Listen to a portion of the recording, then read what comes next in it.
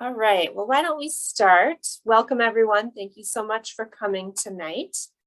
Everyone's on mute, like I said, if you're just joining us, but if you have questions during or after the presentation, just put them in the chat and I will make sure we ask Dale at the end.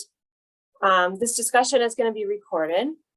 I want to welcome you to the Dearborn Public Library. My name is Lauren. I'm a librarian here at Henry Ford Centennial Library, the main branch. The library is open to the public Monday through Thursday, 10 a.m. to 8 p.m. Plus Fridays. Saturdays are open 10 to 5:30 and Sundays 1 to 5. So let's get started. Welcome. This program, Corrado Parducci, a field guide to area installments of Detroit's architectural sculptor. We're happy to welcome our presenter, Dale Carlson, an architectural historian and author from Berkeley, Michigan. Thank you, Dale, for being here. And put any questions in the chat and take it away, Dale. Hey, thank you so much, Laura. I really appreciate you and the Dearborn Public Library for inviting me to present.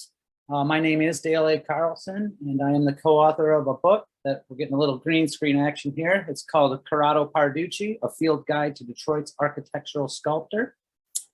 And my co-author was Einar Kavarin. He's Icelandic, which accounts for his slightly rare last name. And tonight we're going to talk about the subject of my book, Corrado Parducci, for about an hour. I'm going to start off with a short bio of myself because so many people ask me how I got into this kind of thing. I'll follow it with a biography of Parducci. And then we'll talk about some of his commissions in the Detroit area that helped him establish his reputation. And after Detroit, we'll move on to a few areas in the state where you can take a short day trip to see some Parducci's in a very condensed area, should you care to. After that, we're going to look at 9 commissions in the city limits of Dearborn. Dearborn is a city very rich in Parducci commissions, and you folks are very blessed to have so many to look at here.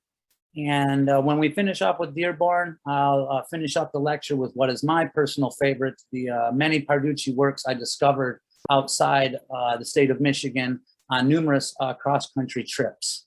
So let's start off with myself, because so many people ask me about how I got started in this sort of thing. I usually start with a little bio. It starts with me being born in Traverse City, Michigan, and graduating high school in 1989. And in the 90s, I attended quite a few downstate colleges, mostly community colleges, and also Michigan State University. And at this time, techno and house music in the city of Detroit were exploding. And I had a great interest in this kind of music. And I got to a point where I was pretty much going to Detroit every weekend for a couple of years on end. And when you grow up in Traverse City, one of the very first things you notice, the big difference between up north and down here is the epic size of the buildings and the downtowns, and just how many more interesting constructions there are to look at. And I really took notice of that in my early years of visiting Detroit.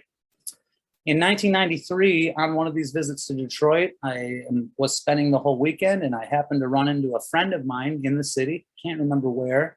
And he was somebody that grew up in Traverse City and was attending the University of Detroit in an architectural program. And he told me that I should go take a tour of the Guardian building, a place that I had never heard of until he brought it up in this conversation. And I took him up on that suggestion. And my first visit to the Guardian was exceptionally moving and greatly deepened my interest in Detroit architectural history. In the same year, 1993, I purchased for my mother a birthday present, a book by a woman named Catherine Bishop Eckert. It's called Buildings of Michigan. Again, I'm getting a little green screen effect there. That's kind of rough. Oh, I should have my video mirrored too, but I don't. Well, anyway, Catherine Bishop Eckert, she is a former state of Michigan historic preservation officer. And this book she wrote about architecture in Michigan, it kind of became my Bible. And I traversed the state of Michigan a lot in the 90s with this book in my lap between East Lansing, Traverse City, and Detroit, just hunting down all kinds of structures enumerated within it. Also, this is the first place I ever heard the name Parducci. So fast forward about a decade later, the mid-2000s, one of my friends sells me a digital camera. And I'd never been much into photography before this, but as you know, digital photography makes having a camera and taking pictures very cheap compared to film work. And when I got it, the first thing I started doing was driving around Detroit and taking pictures of my favorite buildings, learning about their histories wherever I could, and posting the photos and information I learned on Facebook mostly. After a few months of doing this on Facebook, a few friends told me that my material was interesting enough that I should find another outlet to show it off. And in 2011, with the help of some friends, I launched a website called ilovedetroitmichigan.com. And I began to write a lot about architectural history on this website, also about street and graffiti art in the city of Detroit and a few other subjects. Well, over the first year of writing this website, quite a few other people that were interested in architectural history in Detroit contacted me, you know, to talk about different commissions, errors, corrections, you know, more additional information. And I developed a really good correspondence with a few of them. And one of those people was my co-author, Einar Kavarin. And after a few months of correspondence with Einar, he revealed to me that in the 90s, he hunted down one of Corrado Parducci's sons, living in Los Angeles, retired from a professorship at UCLA. And he allowed Einar to photocopy his dad's original studio ledgers, as well as a scrapbook that contained over 700 images of sculpture created by Parducci over the course of his career.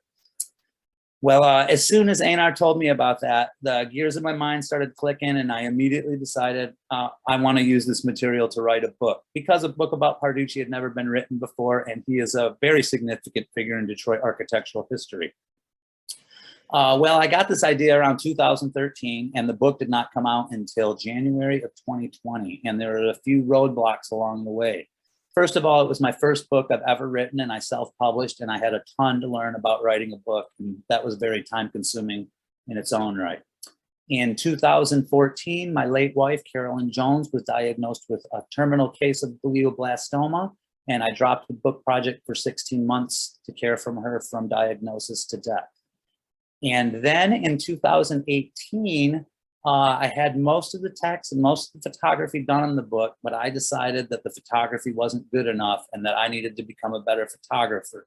And I very hesitantly enrolled in the Oakland Community College photography program, very skeptical about their ability to improve me as a photographer, because I'd been shooting for 7 years up to this point.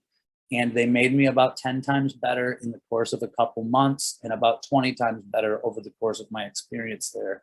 And I credit Oakland Community College's photography department for nearly all of my skills as a photographer. So once I graduated in December of 2019, I was able to publish, and sure enough, I published the book in January of 2020, and later in the year, I made a second edition, which is what I'm on now. And in about 2023 or 2024, I will release a third edition. I've got about maybe 12 to 13 more commissions that I'll be adding to it. So now that you guys know my story, we're going to move on to Parducci, but I just want to stop for 1 second and mention that I am having a little bit of a technical gaffe here. A pop-up window in Zoom that normally does not cover the play button on my presentation is covering it up. So I can't push play, but I can move from image to image manually. And that's what I'm going to do, as long as everybody's seeing it okay. It looks like everyone is. So Parducci's born in 1900 in the town of Boji, Italy.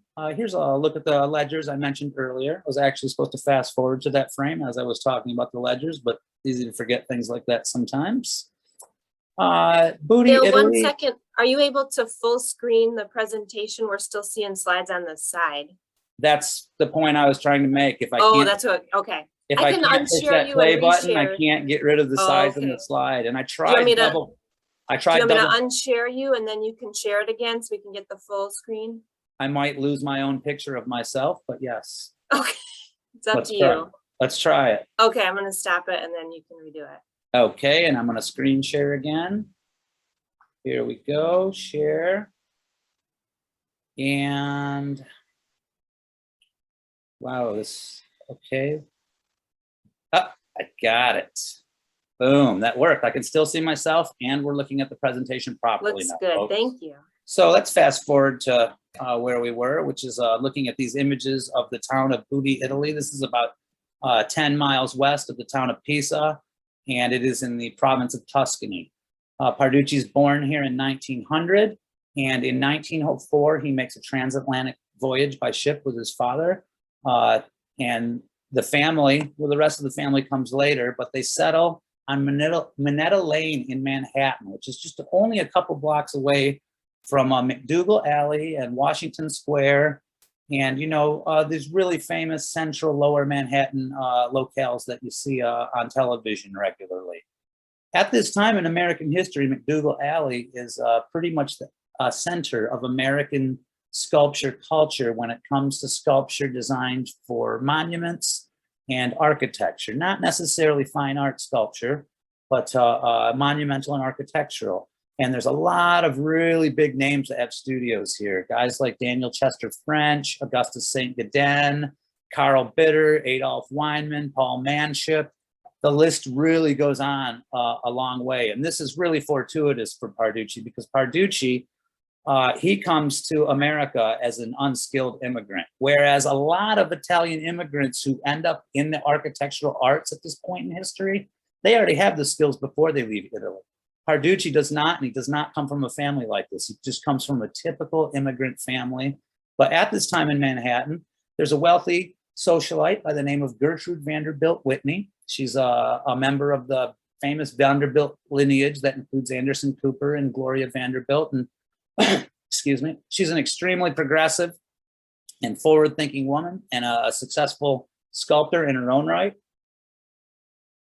And she is in the habit of going from school to school in Manhattan and other sites in New York and asking teachers for the names of students that have aptitude in the arts. And one of the names that she's given is Corrado Parducci.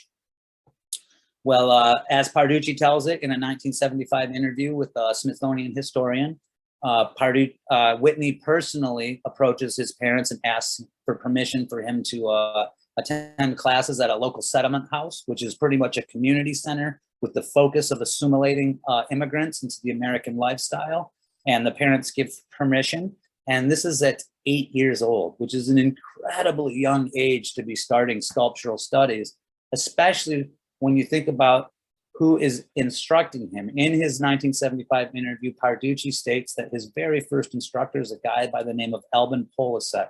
Well, Polasek goes on to become the director of the Institute of Art at Chicago, the Chicago Institute of Art, and he holds that position for close to 30 years and is a pretty famous guy in his own right. And that really speaks to the quality of education he's getting at an unbelievable young age, which is one of the reasons he ends up being such a fantastic sculptor. Not necessarily at 8 years old, more at 15 years old here, about to graduate from New York Public Schools. We see a photo of Parducci and a group of students in a basement studio. And if you look closely at the caption, you'll see that Corrado's brother, Rudolph, is also in the picture. So Rudolph is more of a minor figure. He's not as well known because he didn't leave scrapbooks and ledgers and interviews like Corrado did, but he's very important to the story, and we'll touch upon him again in a moment. Well, Parducci graduates New York City Public Schools at the age of 15, and he's been taking sculpture classes the entire time. After high school, he takes a job as a modeler at a flower factory. This is recorded, an artificial flower factory. This is recorded on census records from 1920. But also, he begins to attend the Art Student League in Manhattan, which is an exceptionally influential school that opens its doors in 1916, which means Parducci may have been in its first class. It's hard to say for sure. And after a few years there, he also supplements his education with classes at the Beaux-Arts Institute of Design, another super influential school. And the Beaux-Arts Institute is focused primarily on teaching artists who will be in the architectural arts, not fine artists. So it's specifically geared to what Parducci is going to be doing later in his career. And there's a lot of notable educators that have reputations of their own that are teaching at these schools at this time. In addition to these schools, in 1917, Parducci takes his first apprenticeship with a fellow by the name of Ulysses Ricci. And Ulysses Ricci is already very accomplished and successful in New York City. and he's completing sculptural commissions for the likes of Cass Gilbert, McKinley and White, Carrera and Hastings, York and Sawyer, all the most influential New York firms of the time. So this is really another great turn of events for Parducci, because he, even though he probably isn't contributing to sculpture that ends up on buildings for a few years, he's still got his ears open at an office that's very influential in New York architectural circles at this time. Also around this time, there's a guy in Detroit by the name of Albert Kahn that I suspect most of you have probably heard of. And Detroit is experiencing a massive building boom, and Kahn is one of the most successful practitioners of architecture in the city. And he's regularly visiting New York to conference with money men, other architects, corporate heads, and architectural sculptors. And he is a guy that frequently contracts Ulysses Ricci to add decoration to his buildings. And over the course of his visit to New York City, he becomes aware of Parducci, and we're not sure why, but for some reason he takes a liking to Parducci, and he begins to give contracts to Parducci's masters, Ulysses Ricci, and a later guy by the name of Anthony Di Lorenzo, with the provision that Parducci actually execute the sculpture. So as early as 1920, Parducci is already producing sculpture for the city of Detroit, but he's doing it for his bosses in New York City. Proving these apprenticeship era commissions is really tough because the contracts go to the bosses, but sometimes we can find evidence that a sculpture from before Parducci has his own studio is actually by Parducci. So around 1920, let's say 1919, Ulysses Ricci, he has a revolving door of partners. And one of these guys, Di Lorenzo, who he's been working with for a few years, they decide they want to part company and open their own studios. Di Lorenzo is an ornamentalist primarily, and that's a person that makes patterns and foliage and, a simpler sculpture that is not figural. It doesn't have anatomy in it. And the anatomy parts of sculpture, for the most part, are considered to be more technically difficult than creating patterns. So Ricci, he's really good at figural work. Di Lorenzo, he's not. And Parducci thinks to himself, well, if I go with Di Lorenzo, I'm going to get to do the figural work in his contracts. And that's what he prefers. It's the more prestigious work. So he goes with Di Lorenzo instead of Parducci, and he ends up working for Di Lorenzo for approximately 4 years. Here they are in Di Lorenzo's studio, circa 1920. And it's not certain exactly when Di Lorenzo and Ricci part company, but we estimate around 1920. Well, come 1924, oops, I went a little bit too far. Come 1924, Di Lorenzo's studio is so active and he's got so much happening that he has an architectural firm in Detroit insisting that one of his sculptors be present for a job they're working on. Well, Parducci gets the call. He's sent out to Detroit by Di Lorenzo, and we don't know what commission it was for sure. We have a few suspicions, but Parducci finds, when he gets out there that, it looks like I'm basically going to be running Di Lorenzo's franchise office out here because there's so much business. And it doesn't take long for it to get into his head that, hey, if I separated from Di Lorenzo, I could start my own career here. It looks like there's a ton of business. And that's exactly what he does. He works for Di Lorenzo in Detroit for about a year.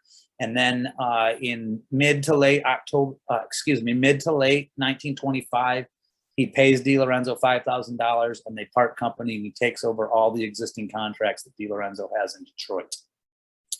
So that's the story of how he got here. And he ends up being in Detroit from 1924 to his death in 1981.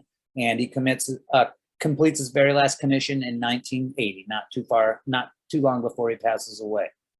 So now we're going to look at some commissions by Parducci, but a point that I really like to make to people very clearly before I move further is that Parducci is not the kind of guy that shows up at the building to do the carving. Parducci works primarily in his studio as a clay and plaster modeler, and he makes these models in his studio after conferring with the architects, and when they're completed, they're packaged and they're sent to the architects or the associated construction companies who have people on staff or subcontract people who do the actual carving or the casting depending on what material we're talking about. There is exceptions though. When it comes to decorative plasters, what you might know as crown moldings and such, which Parducci does a lot over the course of his career, he will show up in person to do that, but he'll only show up long enough to start the pattern. Once a few feet of the pattern has been made, a larger plastering company with numerous other employees takes over the rest of the job and completes it. But Parducci, being the person that comes up with the original pattern or the original design in any case, that's why his name echoes into history, whereas these other more anonymous laborers, their names kind of fade into obscurity. Not always, but usually, because they don't come up with the original idea, they're just copying somebody's idea. Don't get me wrong though, the stone carvers and metal casters, they're extremely skilled artisans in their own right. So let's move on now to the most famous Parduccis of the metro area that helped Parducci establish the reputation that he enjoys today. Well, he's not really enjoying it, but you get my point. We're going to start with the Detroit Masonic Temple, which is just slightly north of downtown Detroit and built over a 6-year period from 1920 to 1926. This is, in fact, one of the commissions we speculate brought our Parducci to Detroit originally. What's really remarkable about the work you find here is how much there is. There's just, and also another point I'd like to make is that Parducci only worked on the interior here. When you drive by and see all the exterior sculpture, almost all of it is by other guys. This is a place where Parducci did the models for carved stone, cast bronze, carved wood, carved marble on the interior only. But what's most important is plaster. We start off with this bronze medallion on the floor, which you can see has a lot of detail in it, which is mostly on account of the fact that they velvet roped it for many years. There's a lot of other brass medallions you'll see out there that are very faded because of the allowance of walking over them. And they have not allowed this here at the Masonic Temple, and that's why it looks so beautiful nearly 100 years later. Also in bronze, we have the main entrance rotating door alcove. And if you look up to the upper right there, you'll see a couple of guys with crowns on it, and those are typical figures in Masonic symbolism. Most likely one of them is intended to be King Solomon, and one is intended to be King Hiram of Tyre. We also have a lot of carved and cast stone at the Masonic Temple. Cast stone is something of a misnomer because it's actually more like formed concrete, but it is a way to create a sculpture that gives the appearance of being carved stone without actually being carved stone. This piece is cast here, but there are also carved pieces at the Masonic. And we also have a lot of woodwork. Sometimes woodworkers, they work from their own mind and create their own original designs. Sometimes they carve from models. We're convinced these are based on Parducci models, mostly on account of the vine on the very bottom there with the curlicues that is absolutely right in Parducci's wheelhouse and very, very similar to other vine patterns he created over the course of his career. What's most important at the Masonic Temple, however, are plaster patterns. And there's probably close to 100, if not over 100 here. And when you look at this piece we're looking at right now, you really get the sense of what I was mentioning earlier about how Parducci, he only has to do about 6 inches of it. And then it's just a pattern that repeats itself over and over. So he doesn't have to be there for the whole 3-4 days that it takes for a plastering company to install this completely. If you go take the Masonic Temple tour, which I highly, highly recommend, you're going to see so many of these plaster patterns and so many unique patterns that you just really get kind of an awesome sense of what an endless fountain of creativity was happening in Parducci's head. We are going to move on to the financial district of Detroit now. And one of the most important and grandiose buildings in all of Detroit is the Guardian Building, built in 1929. Wirt Rowland, the architect who was employed by Smith, Hitchman, and Grills at the time, was a close friend of Parducci's for their entire lives. And they even led some sketch classes together for area architects for quite a few years in the 30s and 40s. If you look closely at the Griswold entrance of the Guardian Building, you'll see statues flanking either side of the half hollow sphere entrance alcove there. I don't know the technical word, sorry. One's holding a sword, one is holding a key. They're known as safety and security, and this is a bank building, so this is the kind of impression that the bank is hoping to give potential depositors. The only other building on Detroit skyline that could possibly compete with the Guardian building for being the most artistic would be the Fisher building. This is built in 1929. Again, Albert Kahn is the architect. And this is a really interesting case because Parducci is not typically thought of as a primary sculptor here. The main sculptor is a Hungarian by the name of Géza Marody, who was already a recognized international master when Kahn brought him to town. Well, an international master kind of, has a little bit of a prima donna-esque attitude when they come to Detroit in the 20s and find out what the pace of the work is like here. And that's exactly what happened with Marody. And because he apparently was incapable of keeping up with the pace, Kahn hired 3 assistants for him. And they were Corrado Parducci and his 2 masters, Ulysses Ricci and Anthony Di Lorenzo, who Kahn hired many times, all 3 of them throughout the 1920s, mostly the late 1920s. Well, as Parducci tells it in an interview, a 1973 interview with a woman by the name of Joan Body, she's a master's candidate at the University of Michigan, and she writes a master's essay called Géza Marody and the Decoration of the Fisher Building Lobby. And she interviews Parducci in writing this essay. And Parducci says that, and we take him at his word, Marody dictated a lot of the work at the Fisher Building orally and just told the other sculptors what he wanted, and they actually executed the work. This is not the case all over the Fisher Building, but in quite a few specific instances it is. And you can read Joan Body's essay and find out exactly what they are for yourself, but I'll give you a few details right now. Another medallion, Parducci specifically refers to this actually in the Smithsonian interview, not Body's essay. This is an example where you can see that they've allowed people to walk over it for years, and it's really taken on a lot of damage on account of it. Excuse me. But they have it roped off now, so what detail remains will remain for the ages, thankfully. Also, in the Body essay, in the interview with Parducci, Parducci specifically states, I created the Plaster Patterns for the lobby. And the lobby of the Fisher Building also includes the basement alcove area. You'll find this particular pattern in the basement, and it's right in Parducci's wheelhouse, so we don't question his assertion. And in another part of the interview, Parducci lays claim to the intaglio relief elevator doors that you'll find in the basement elevator bays and also on some upper floors of the Fisher Building. And Parducci even attests to owning sketches of these drawings, and that Marody only told him what he wanted. He didn't produce any sketches of his own. Well, unfortunately, these sketches were not found in Parducci's scrapbook, and we speculate that the most likely reason why is that he had a fire at one of his studios in 1940, and we think that some of the stuff that would have ended up in the scrapbook material was probably lost at that time. The scrapbooks are weighted very heavily towards the later part of his career.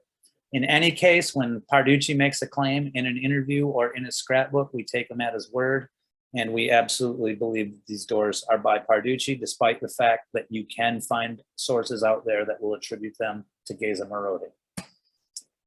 We're going to move on to the suburbs now. Rochester Hills. This is the residence of Matilda Dodge Wilson. She's got 2 last names because she was married to 2 really super successful, wealthy guys. And she was widowed by both of them, which is part of the explanation as to why she had so much money and was able to build a residence of this size. She enlisted Cap from Smith, Hinchman, and Grills, but Parducci's contributions here, they're so extensive that he could practically be called the interior decorator, but he's got a lot of stuff in the exterior too. This front facade, this main entrance here, just for example, you can see there's a shield over the door. There's some carved trim around the clock. There's some iron work that could possibly be by him. That's a little bit harder to prove. But the most interesting thing you see in this picture are that 3-tiered chimney up in the top left, which in an interview, Parducci attests to helping form the bricks and fire them, which is a very unique commission for him. Moving to the inside in the gift shop, you'll find a handful in this style here, the horseman, and this is some of the most gracefully executed anatomy that you'll find in Parducci's sculpture. There's some exterior pieces too, including a series of zodiacs, which is something that he does a few times over the course of his career. But what is the most important piece at Meadowbrook? It is the ceiling of the Christopher Wren dining room. And this is an example of a plaster where there aren't that many repeated parts, which means that the vast majority of it was created solely by Parducci's hand. And that is the historical story you'll find if you go looking. That's the vast majority of this was created in his studios in separate pieces, and it was assembled on site and suspended from the ceiling rather than permanently attached. And, you know, there's a few pieces of pattern there where he may have had a studio assistant assist with it, but for the most part, this is an example of a plaster that's almost all entirely Parducci's hand. On a side note, this room and the ceiling are portrayed in a 2012 Hollywood movie, Transformers, Dark of the Moon, directed by Michael Bay. And the villains in the movie, they have a discussion in this room about how they're going to take over the world, which is, I just think, a wonderful way to see Detroit portrayed in the movies. Here's just one more piece of trim from the Christopher Wren dining room ceiling. Meadowbrook Hall is open for tours. Another great destination that I highly recommend if you haven't done it before. Now we're going to move to the city of Ann Arbor, where Parducci has quite a few commissions. This is another William E. Capp design. It's the School of Graduate Studies on Washington Street. And if you look closely at my photo here, you'll see that there is sculpture above the massive portal windows on the second floor. There's a few Art Deco flourishes over the main entrance doors there. And there's also a few more pieces that are below the flanking windows, slightly obscured by the trees. If we move in a little bit closer and we look at the crisscrossing patterns on the doors, right where the crisscrosses meet, we get these little guys, also modeled by Parducci. But to me, the most important thing about this commission is inside a different building on the campus. It's Tappan Hall. This is on the Diag. This is a turn of the century building. And inside the building, which is open to the public, you can probably get in to see it, behind glass, they have an original plaster model that Parducci created in his studio for this project. And if you look closely, you can see there's all kinds of these little dimples on it. Well, where do those dimples come from? They come from what's called a pointing machine. And this is a machine that the carvers who are trying to get Parducci's vision correct, they use to measure depths, perspective, all kinds of different measurements on the plaster model so that when they do their carving, they get it exactly right. It's a very interesting machine.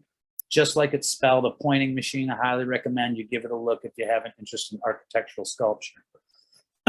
On a side note, this building also houses the University of Michigan Fine Arts Library. And inside the University of Michigan Fine Arts Library, you will find that essay by Joan Body that tells us all about what's happening inside the Fisher Building.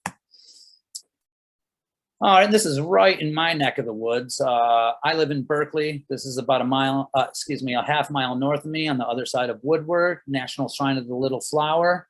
Before I go any further with any talk about the National Shrine of the Little Flower, the most important thing you should know here is that Parducci is not the primary sculptor here. When you drive by the corner of 12 and Woodward and you see that huge tower with the crucified Christ on it, that work is all by another guy by the name of René Paul Chamberlain.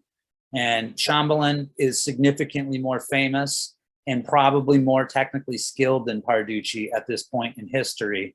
And this is a really prestigious commission for him. And I just like to make sure that nobody misinforms anybody about the sculpture on the tower because it's Chamberlain. And that's built around 1929 to 31. The church behind the tower is built mostly from 33 to 35. And this is the spot where most of the Parducci exists. And there's still room for debate, though. Me and my co-author debate what is Parducci and what is not here all the time. Sometimes we have scrapbook images to elucidate our thinking. Sometimes we do not. The most important Parducci work at this site is without question the Stations of the Cross. These were sculpted in tandem with his brother Rudolph, who lived in Detroit from 1929 to 1935 and was corporately connected with Parducci. Parducci's son Alan tells us that in the process of making these, Corrado did the rough-in and Rudolph did the fine detail, which makes sense because Rudolph was also a jeweler, which is a discipline that demands a command of fine detail. And these are just gorgeous pieces. They love visitors at National Shrine of the Little Flower, and they have so much high quality artwork of the period there that it's practically a museum in its own right. I highly encourage you to visit, and I highly encourage you to leave an offering when you do. Maintaining this kind of art is extremely expensive. I think you'll agree, though, that these are amazingly rendered Stations of the Cross, even though my photos have a little bit too much green in them. My personal favorite, not to be too comedic about it, is this one right here, because the guy on the right looks exactly like Hulk Hogan. Am I wrong? I'm pretty sure that he does.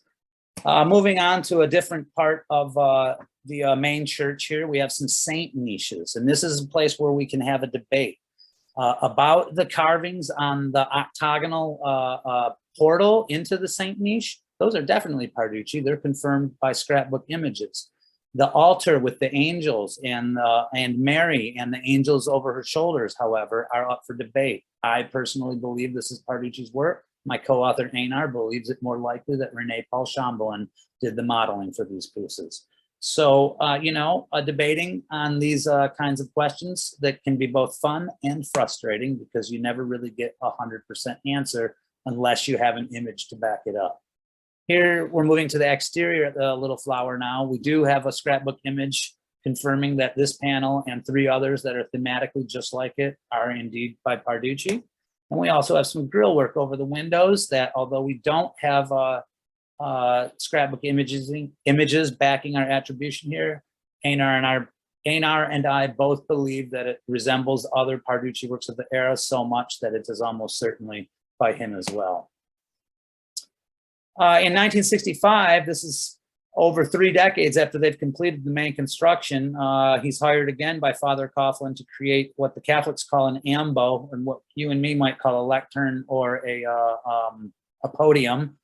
And he has not worked for Father Coughlin for 35 years because at the tail end of the Shrine of the Little Flower work, Father Coughlin asks him to produce a relief of a political assassination that took place either in Central or South America around the time of the construction. And Parducci, he doesn't want to do it. He does not like the idea of sculpting an assassination to be put in the church. He refuses, and it causes a rift between he and Father Coughlin that he speaks to in an interview, and the rift appears to be somewhat repaired by 1965 when Father Coughlin hires him again. We are now going to step outside the Detroit metro area to just a couple places elsewhere in the state where you can take a quick day trip to see some really significant Parducci's in a very small area. We're going to start in Saginaw Midland. There's only 2 here I'm going to lay on you, actually 3, sorry. But they're very important ones, and that's why I included them. This first one is just a very short jaunt off 75. If you're heading up north, it takes about 3 minutes to get here from the exit. And the reason this one is so important is because it's the second entry on Parducci's ledgers after he arrives in Detroit, on the very first page when he's still working for Anthony Di Lorenzo, which means there's a possibility that Di Lorenzo may have also contributed to the ornament here, but the figural parts, including this ethnological face, are almost certainly all by Parducci. And if you stop by, you will see a lot more sculpture on this building than I'm showing you in these 2 pictures. There's a bunch by the main entrance, there's a bunch up at the pinnacle, and there's a variety of ethnological faces, not just the fellow that's looking at you right now. Moving on to Midland now, we have about a 30 foot by 12 foot piece at the Herbert B. Doane Midland County History Center. And this is originally constructed in 1942 for the Midland Theater. And the Midland Theater in the 60s, 70s, probably 70s, they do a renovation and they cover this up. And in the 90s, they go to they go to do a demolition because they want to build something different on the site. And a conscientious demolitions company discovers this mural under the wall, gets a hold of the right people, and a very impressive historical preservation project is put together that culminates in this plaster being dismantled and reassembled at the Doane History Center. Over the course of this project, one of the Dow companies puts up money to have the plaster cast in bronze and placed in a public park in Midland. And this is the only example in all of Parducci's career of one of his designs being cast in an expensive material after his death. There's a few other examples of some people copying his designs in, you know, paper mache and plastic, but mostly for, you know, costuming reasons. And they don't really, you know, have the kind of prestige that a huge bronze casting of this size has. This is at Nettis Auberry Park, another place I highly recommend you take a stop at and give a look if you're headed up north. Now we're going to move on to Lansing, which is Lansing has, for a city that's not in the Detroit metropolis, it has more Parducci than any other city. Dearborn's got a few more, but Dearborn is part of the Detroit metropolis. So I think Lansing is a very interesting destination for Parducci for this reason. He's got about 11 that we found in the town, but we think that we might find some more with some more investigations over the coming years. But we're just going to cover, I think it's 9 of them. 6 of them are right near the Capitol, and we're going to cover 4 of those 6. This is pretty much right across the street and just a little bit east of the Capitol. This is a building that has 2 waves of construction, and the sculpture produced in 1936 is actually applied to the 1924 wing. We're not really sure, but we believe that you know, the architects must have believed that it would unify the old with the new. The construction history here is a little bit murky, but this is definitely Parducci sculpture. Right across the street, we have Central United Methodist Church, which in the 1940s decides they want to make an addition. It's a chapel named for some former congregants paid for by their offspring. And the Parducci work here is quite sparse. It's just these little designs you see to the left or the right of the plaque here. And similar designs are repeated in the altar, but they're definitely significant. They rate a newspaper article in the Lansing State Journal at the time. If you want to see these, make sure you check their schedule, because you got to show up in Lansing when they're open. That's inside the building. Right across from the Capitol is a building called Boji Tower. It's the tallest building in Lansing and in Ingham County. It was built in the late 20s, early 30s. And when they built it, they hired Parducci's master, Ulysses Ricci, to create sculpture. It was originally called Olds Tower. It was financed by Oldsmobile.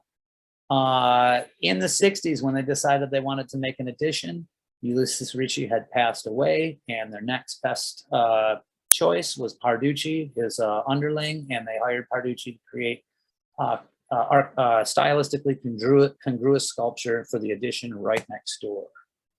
Going down the street, just a couple more blocks now, we have the Clarence H. Rosa branch of the Lansing Public Library, which is essentially the main branch of Lansing's public library. And these symbols, these sculpted symbols you see on their facade are colophons, or printer's marks for famous American printers, publishers. I believe Alfred Knopf, Houghton Mifflin, a few other famous names are incorporated there. I believe there's 8 different colophons. And also from 1937 to, what is that year that's being covered up by my picture? Maybe 62. There's 5 more Parducci commissions. Easily the most important is J.W. Sexton High School. First of all, it is secular, which is, you know, less common than his religious commissions. And secondly, there's about 40 individual pieces on the walls, exterior walls of Sexton High School, making it a super important commission. All right, so we have finished with stuff outside of Dearborn, and now I am guessing this is the part many of you have tuned in for and are the most excited about.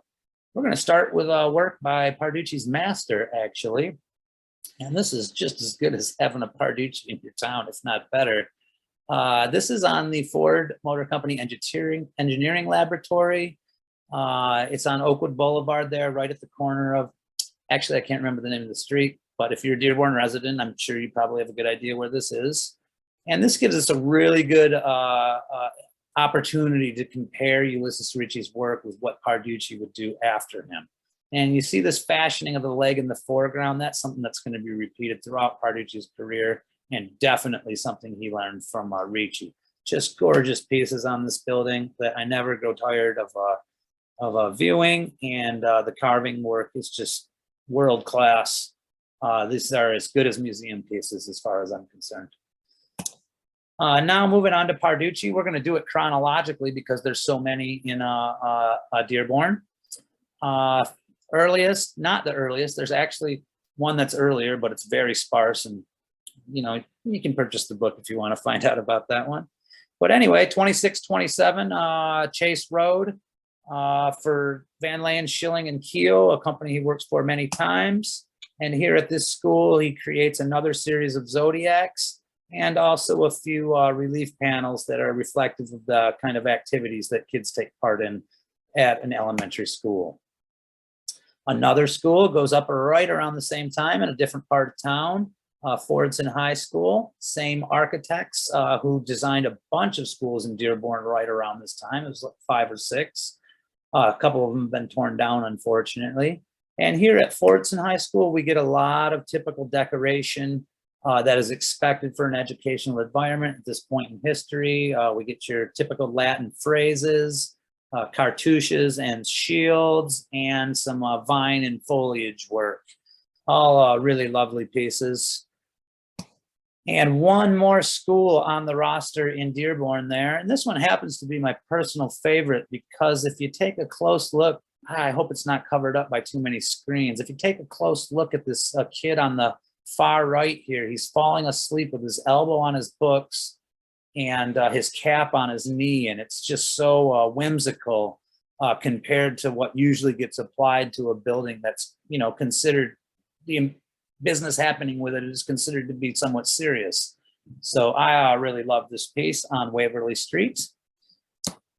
We're going to move on to now what is probably, arguably, the most important Parducci commission in Dearborn because of the quality of the decoration he creates, but also because of how significant this structure is to Dearborn and American history.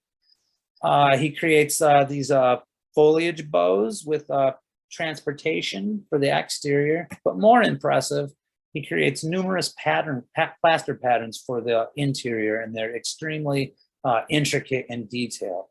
Another thing that makes this a spectacular commission to study is that the Benson Ford Research Center there on site, right at the entrance to Greenfield Village, it holds a contract record of Parducci's activities here. And it's rare to find confirmation of Parducci's involvement outside of the ledgers and his scrapbook. What's really super interesting is that the Benson Ford Research Center's contract record actually values Parducci's work here for more than the ledgers do. And that's an interesting anomaly that we find frequently in Parducci's ledgers, and it raises all kinds of interesting questions, some of which are fun to analyze, some of which are a little bit iffy. Down the street from the museum, we have the Dearborn Inn. I think this is a Marriott now. I'm not positive. It might be a Hilton. In any case, Parducci creates a few different plaster works here. And you can see that these are used for ventilation, that there's openings, which sometimes means that it's actually cast iron and it's been painted white. So it appears to be plaster from a distance. But if you were actually able to get up on a scaffolding and touch it, you might find that it's cast iron. I've never had the chance to touch it, only to photograph it. Really beautiful pieces, though. Now we're right in the heart of downtown Dearborn at the corner of Michigan and Mason. This is a pretty subdued, sparse ornamentation of a building here, but the building story is interesting. That's one of the reasons I included it. You'll see here that I've called it an addition, and you might look at the building and wonder, well, it looks like that little chunk on the back is the addition. That little chunk on the back is actually the original bank that used to face Michigan Avenue. And when they wanted to build this larger branch, they took the original branch and they just put it at the back of the lot and turned it sideways. When you're using the ATM at that branch, you're actually right at the front door of the former branch. Here is the only other competition with the Henry Ford Museum for the most interesting Parducci in your town. And one of the things that makes this commission so interesting is that this plant is pretty much inaccessible to the public at this point, as are most water plants post 9/11. But luckily for us, my co-author, Einar, who was a very industrious guy, when he was super into studying Parducci in the 80s and 90s, he would try to get into just about any place. And I believe in the early 90s, somebody in authority here at Springwells allowed him onto the campus to photograph the 8 beautiful reliefs we find in the buildings that nobody gets to see anymore because it's locked off. So I hope you guys consider this a special treat. I consider it a really special treat that Einar made these in the timely fashion that he did. Otherwise, we wouldn't have even been able to include this commission in the book. And we're going to finish off our adventures in Dearborn with a couple Catholic churches, which are always important to touch on with Parducci because he did so much work for the Archdiocese and other dioceses over the course of his career. The address here says Colson Street, but I'm pretty sure you guys mostly know that this face is Schaefer. And what's really, really great about this commission is that we have a full scrapbook record of all the pieces that are on the front. And that is among some of the most incontrovertible proof that you can find for its origin. And the last site we're going to touch on is actually 3 different buildings. It's an entire Catholic community at Herbert Wire and I believe Silvery Lane. This is a Divine Child who has a high school, a elementary school, and a church, and Parducci contributed to all 3 of them. Now, the architects for the church and the high school are definitely Herman and Simons. Most likely the elementary school is too, but we haven't found the incontrovertible proof for that one. That's why there's a question mark there. You can see there's a little Lamb of God over the entrance. That's Parducci's contribution. And then here on the high school, we have a Child Christ in swaddling cloth. And I've included a comparison sculpture here by an extremely famous historical sculptor by the name of Andrea della Robbia. And this is on the Hospital of the Innocents in Florence. And I include this just to show you all that Parducci comes from a line of artists who were not obsessed with creating things that had no previous precedent. They accepted that they were a line of sculptors that were just carrying on previous traditions. Sure, the sculpture might not be the exact same. It has a little bit of their unique personality in it. But when it comes to especially ecclesiastical commissions, they are frequently drawing from a vocabulary of symbols and figures that have been incorporated on ecclesiastical structures for centuries. Lastly, another della Robbia influenced Child Christ. This is on the main church. And we also have a clipping from the Detroit Free Press, 1963, when this was first dedicated. And this fellow you see in the foreground is Monsignor Wire, for whom the street that the church is on is named. It's actually on the corner there. So that's Dearborn. I hope you guys enjoyed that. There's just a couple more, but they're more insignificant, very sparsely decorated pieces. You can find out more about those in my book. I want to move on now to my favorite out-of-state commissions, and I imagine that my time is probably getting pretty short here. It looks like I've been going almost 50 minutes, so I'll go real quick. Huntington Library. This is 1920. This is apprenticeship era work. This is the only Parducci applied to a building west of the Continental Divide and west of the Rockies. And it gets on here because, Parducci's boss is hired to do it. And like I was telling you before, it's hard to prove apprenticeship era work. So how do we know it's by Parducci? Well, first of all, he mentions it in a 1979 interview with an independent researcher by the name of Fay Hendry. Those records are held at Conrad Hall at Michigan State University. But also his son moves out to California in the 1940s to go to university. And his dad tells him while he's living out there, Alan, you can go see my work on the Huntington Library doors. So what exactly does Parducci say he does on the Huntington Library doors? He says he does colophons. And as we previously discussed, colophons are printer's marks. Are these photos you're looking at right here printer's marks? No, they are not. But I put them in here because when I went out to California, the photo I got of the printer's mark on the door is not nearly as good as the ones I opened with. But you can see that this colophon or printer's mark is definitely taken from images in a book published in London in 1530 by a man by the name of Robert Wire. So in the interview, Parducci states, I sculpted colophons. He never says I sculpted all of them. There's 8 on the door. So does he for sure make this one? We don't know. Perhaps another studio assistant or Ulysses Ricci sculpts this one.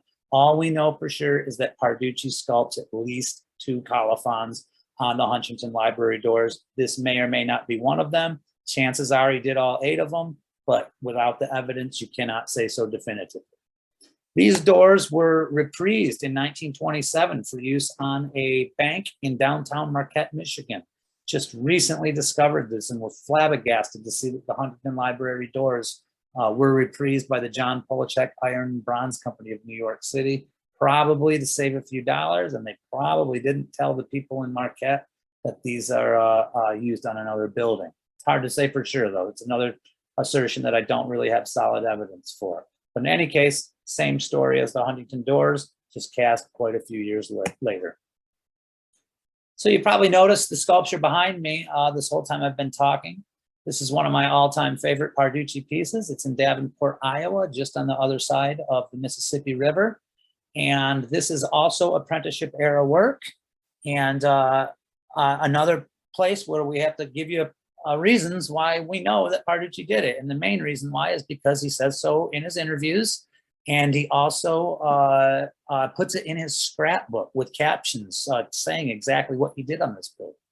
Now, to most architectural historians, all of the sculpture on this building is by a guy by the name of Adolph Weinman. And they believe this because, well, Weinman was given the contract for this building. But in this period of architectural sculpture in the United States, it's very, very common to either subcontract or to delegate to an underling. And what we believe happened in this particular case is that Weinman subcontracted to Di Lorenzo, and Di Lorenzo delegated the bronze and the stone reveal work here, which is exactly what Parducci claims in his scrapbook and in his interviews.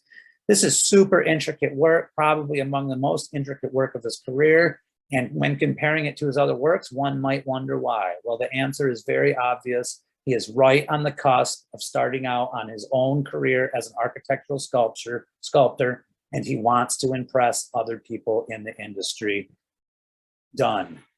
Other architectural sculptors that study this piece like to refer to it as the history of money. If you look closely, you'll see the smelting of metals, the minting of coins, and some other figures that are well known in the history of the development of that kind of thing. And these sculpted figures on the left and right of the door representing different disciplines, Parducci takes credit for those as well. And I'm just going to skip through these real quick. I've got a ton of pictures of it because I love it so much, but again, running a little bit short on time. And just as added proof of Parducci's involvement, here is the page from his scrapbook. The year it says 1923. The building's actually constructed in 24, but it's very common for the sculptor to execute the sculpture in advance of the building actually being constructed. And the caption on the top, you can see that he attributes the spandrel figures. That's what's happening above the arch to Adolph Weinman, and he credits the bronze and stone reveal to himself. And we take Parducci at his word when he attributes a sculpture to himself. Standard Club in Chicago. This is a beautiful building. The club just disbanded after over a century's existence, so the building's slightly in danger, illustrating one of the reasons I do these things. If this building gets torn down or the sculpture gets shaved off, I then own the best record of the work out there. Maybe not the best, but some very good examples of the work that was present there. At the time this club is built, the fathers of the famous murderers, Leopold and Loeb, who attempted to commit the perfect murder in the 1920s. It happens, and according to Parducci's interview, it slows down the progress of the building, but they do eventually get it complete. Another example of just really sumptuous, early, detailed work that is, in my opinion, intended to grab the attention of other architects and architectural sculptors in the community. Got to throw one in from New York City, just because this is the only proven Parducci in New York City. Chances are there's quite a few from his apprenticeship era, but again, that stuff is very hard to prove. This is provable as Parducci because it's in his ledgers. Also, on another comedic note, I love pointing out the treatment of the stomach and the breasts here. It looks exactly like Beaker from the Muppets, and once you see it that way, you will never see it another way. The state capitol in Louisiana is one of the most significant state capitals in any state of the United States. It's one of only 2 skyscraper capitals. The other is in Nebraska. It has an immense amount of architectural sculpture here. the vast majority of which is very carefully chronicled by newspaper writers in Baton Rouge during the era of this building's erection. One of the sculptors that's very carefully reported, or very thoroughly reported, is Corrado's brother, Rudolph, working in the employ of a larger sculptor by the name of Lakeen. And Rudolph's name actually gets in the papers here, but Corrado's doesn't.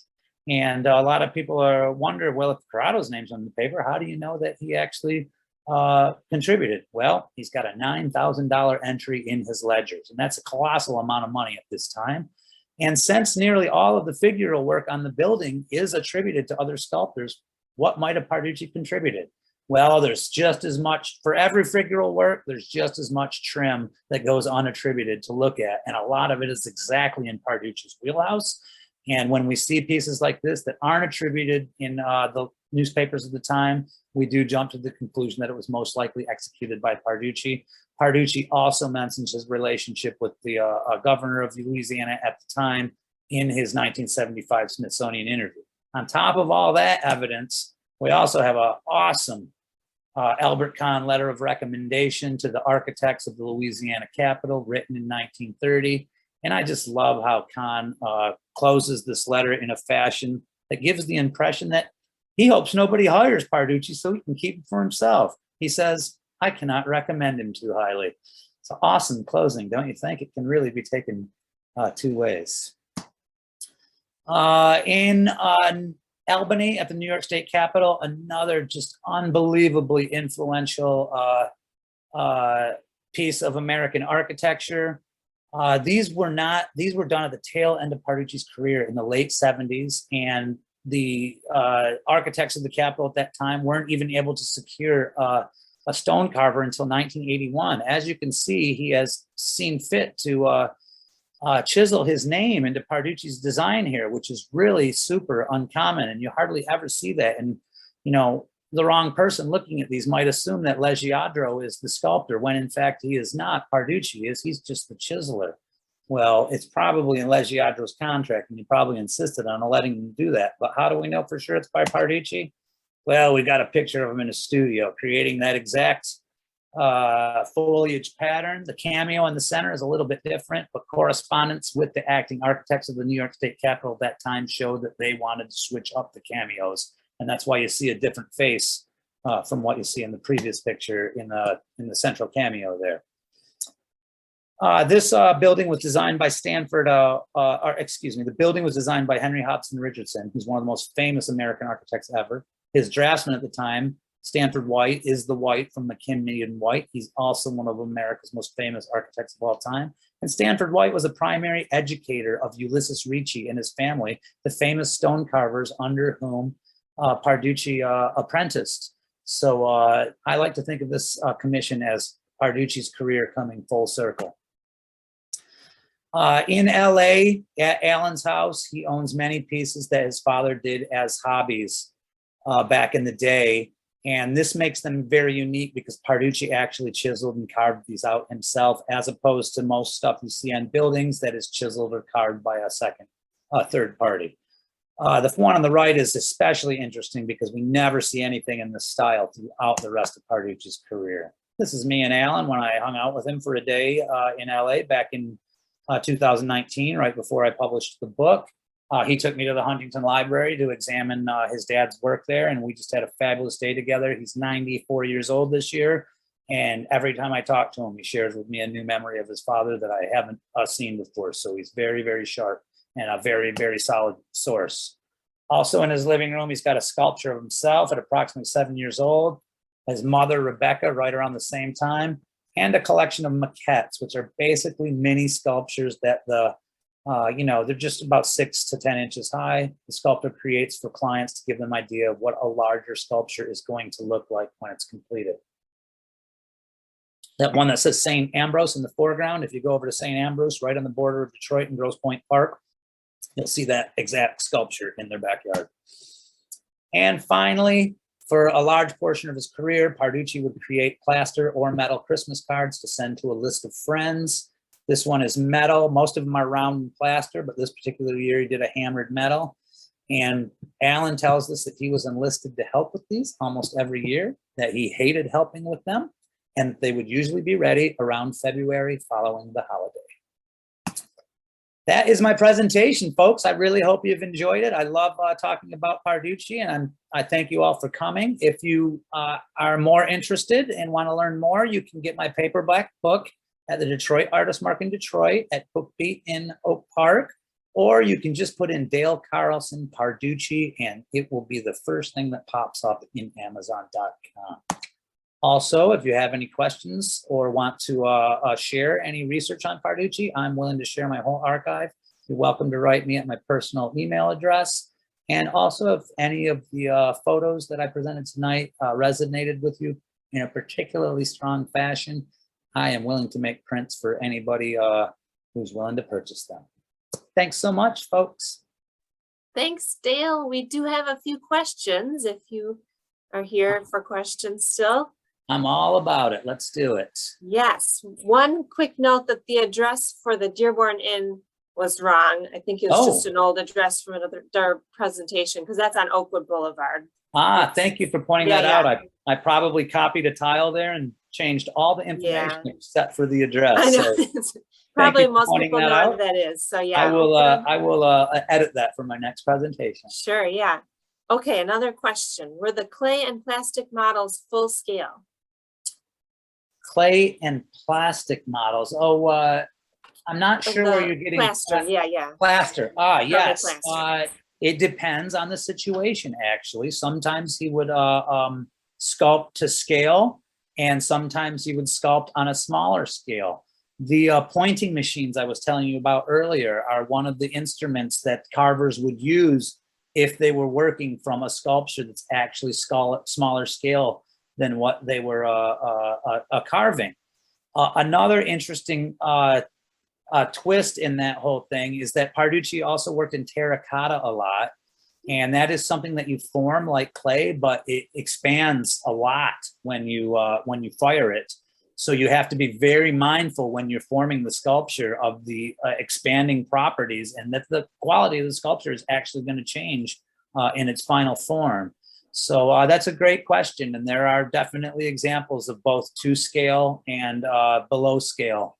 I've never seen them where it went over scale for any reason, which would be slightly ridiculous. But the maquettes are a really great example of doing something on a very, very small scale. But I think you can see from looking at the maquettes that the full detail is not there as it would be with the final output. Sure, yeah. Did Parducci work on Kirk in the Hills? He did. That's a fantastic commission. And if Dearborn was closer to Bloomfield Hills, I definitely would have included that. The architect I mentioned later, Wirt Rowland, he was the brainchild for the design of Kirk in the Hills, but he died before it was built. So George D. Mason's company, after Mason had died, they actually acted as the architects of record.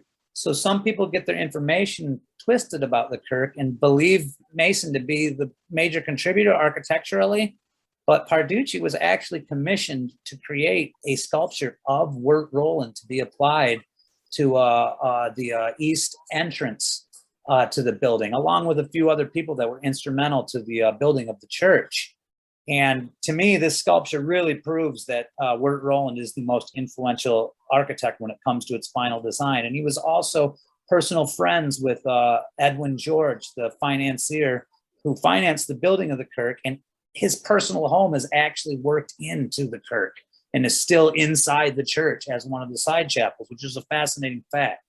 But Parducci actually got hired to produce a few different eras of sculpture there, some on the outside, some on the inside. And also one of his #1 contemporaries, Lee Laurie, he produced there. That's Laurie spelled Lawrie. And the docents there have stories about days that Laurie and Parducci were there examining work on the same day.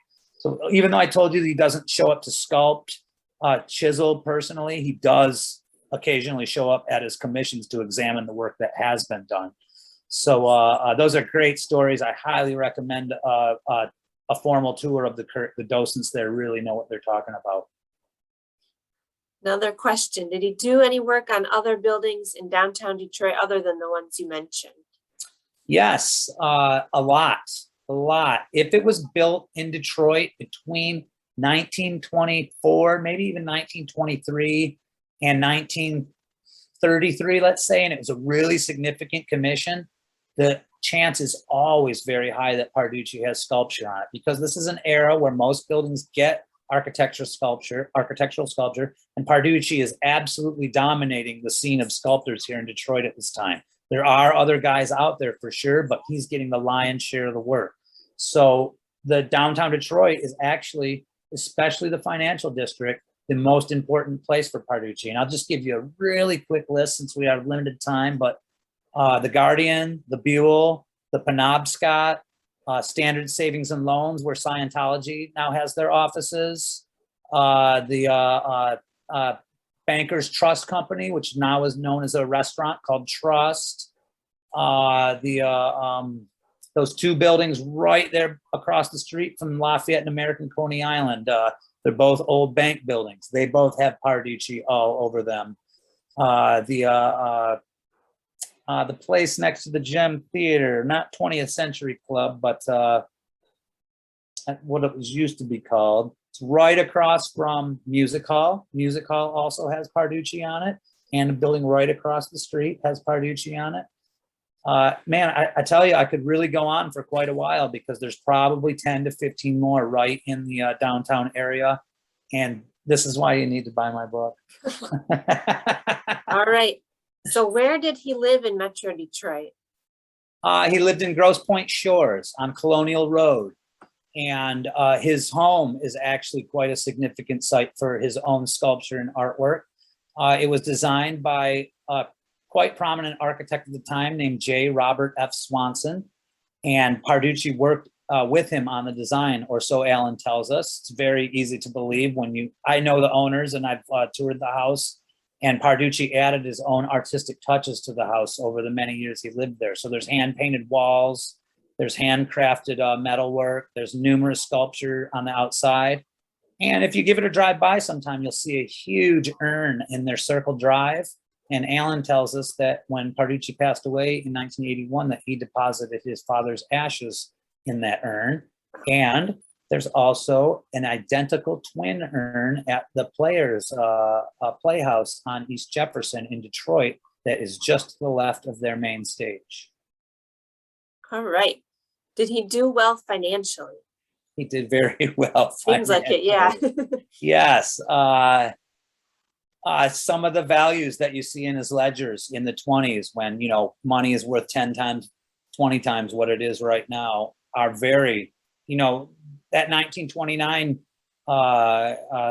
piece for, or work he did for Huey Long in Louisiana, $9,000. That's a colossal amount of money in 1929. And I recommend you go to a converter online to check it out. And Parducci is among the most prolific of all architectural sculptors all over the United States at this point in American history. He may not be the most skilled when it comes to anatomy and technical brilliance, but he's got more extant commissions than pretty much any architectural sculptor you can name. And in his ledgers, there's over 600 commissions enumerated. I've only hunted down 330 for my book, so there's more out there. And, you know, each one has a value. And when you're doing that much work, and he was known by his family to be a 14, 15 hour a day workaholic.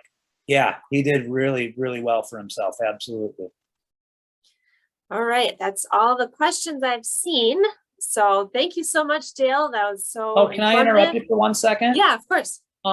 Did you hit that? Oh, hold on. Let me see if I can get it.